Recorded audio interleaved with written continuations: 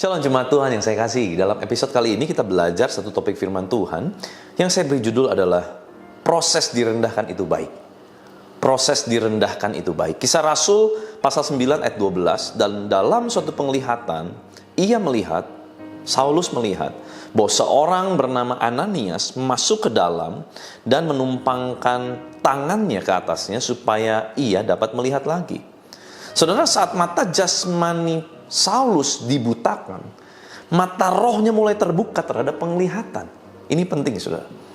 Dan hal pertama yang dihadapinya adalah dia menghadapi sebuah realita bahwa dia selama ini adalah orang yang berkuasa. Ayat firman Tuhan mencatat dia bahkan punya surat atau punya legitimasi yang sah dari para imam-imam besar, begitu. Para imam, dia punya legitimasi yang berkuasa. Apalagi dia juga adalah seorang keturunan Roma dengan punya surat lahir kewarganegaraan Roma. Dia kuat sekali. Bahkan dia kenal para pembesar-pembesar kota. Tapi sekarang dalam kondisi itu, bukan cuma dia buta, dia harus dituntun temannya masuk kota. Bahkan orang yang dia anggap musuh, Ananias itu dianggapnya musuh. Orang-orang yang mengikut jalan Kristus itu dianggapnya musuh buat dia pada saat itu. Justru orang yang dia anggap musuh yang harus menolongnya. Wow, saudara bayangkan itu bagaimana ego, bagaimana kebanggaan, bagaimana harga diri itu diinjak-injak, direndahkan martabatnya. Itu keadaan yang dialami oleh Saulus pada saat itu, direndahkan. Dan itu adalah proses yang sangat-sangat tidak enak. Kenapa? Karena setiap manusia pada kodratnya dia ingin untuk dipuji, ingin dipuja, ingin dibutuhkan, ingin diangkat, ingin dipromosikan. Itu kodrat manusia, normal, saudara. Tetapi inilah proses pertama yang terjadi dalam kehidupan Rasul Paulus. Dia direndahkan dalam keadaan dia yang waktu itu sangat tinggi secara jabatan. Bahkan kalau kita temukan ayat firman Tuhan, dia sendiri mengakui bahwa orang-orang yang membunuh Stefanus, dia yang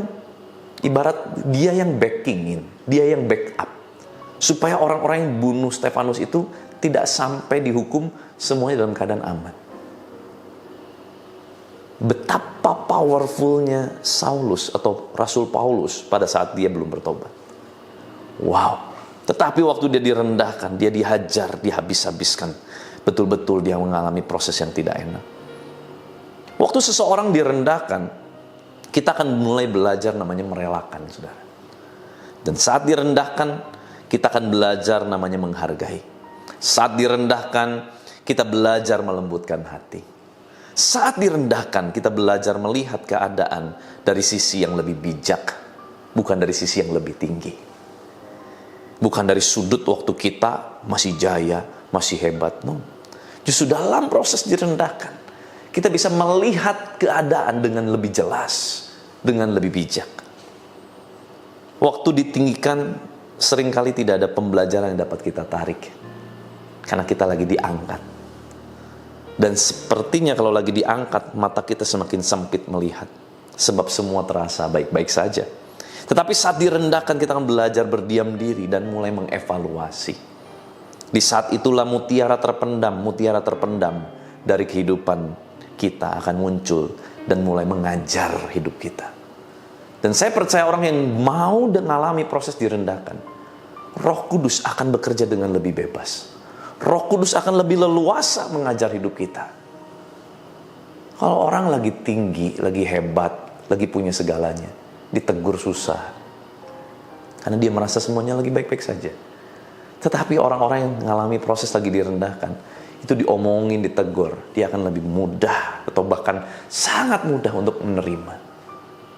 Maka dari itu kalau kita mengalami proses direndahkan hari-hari ini, relakan, izinkan Tuhan memproses kita. Karena itu adalah sesuatu yang baik. Karena Tuhan mau pakai hidup kita lebih lagi, maka proses-proses seperti itu harus kita alami. Supaya mutiara-mutiara terpendam itu bisa muncul dari dalam diri kita. Proses yang gak enak seperti kembali ke titik nol. Seperti semua yang dibangun serasa hancur. Namun saudara, saat kembali ke titik nol, kita bisa meriset semua hal yang keliru dalam kehidupan kita. Kita bisa mengevaluasi semuanya. Dan saudara, tetaplah bersyukur jika hari ini Anda sedang alami proses direndahkan. Belajarlah saat kita direndahkan. Sebab saya percaya, saat orang yang direndahkan merespon dengan benar, merelakan Tuhan, memproses hidupnya, memurnikan hidupnya, maka peninggian dari Tuhan akan segera datang dalam kehidupan kita. Saudara, saya mengalami proses direndahkan dan saya tahu itu nggak enak.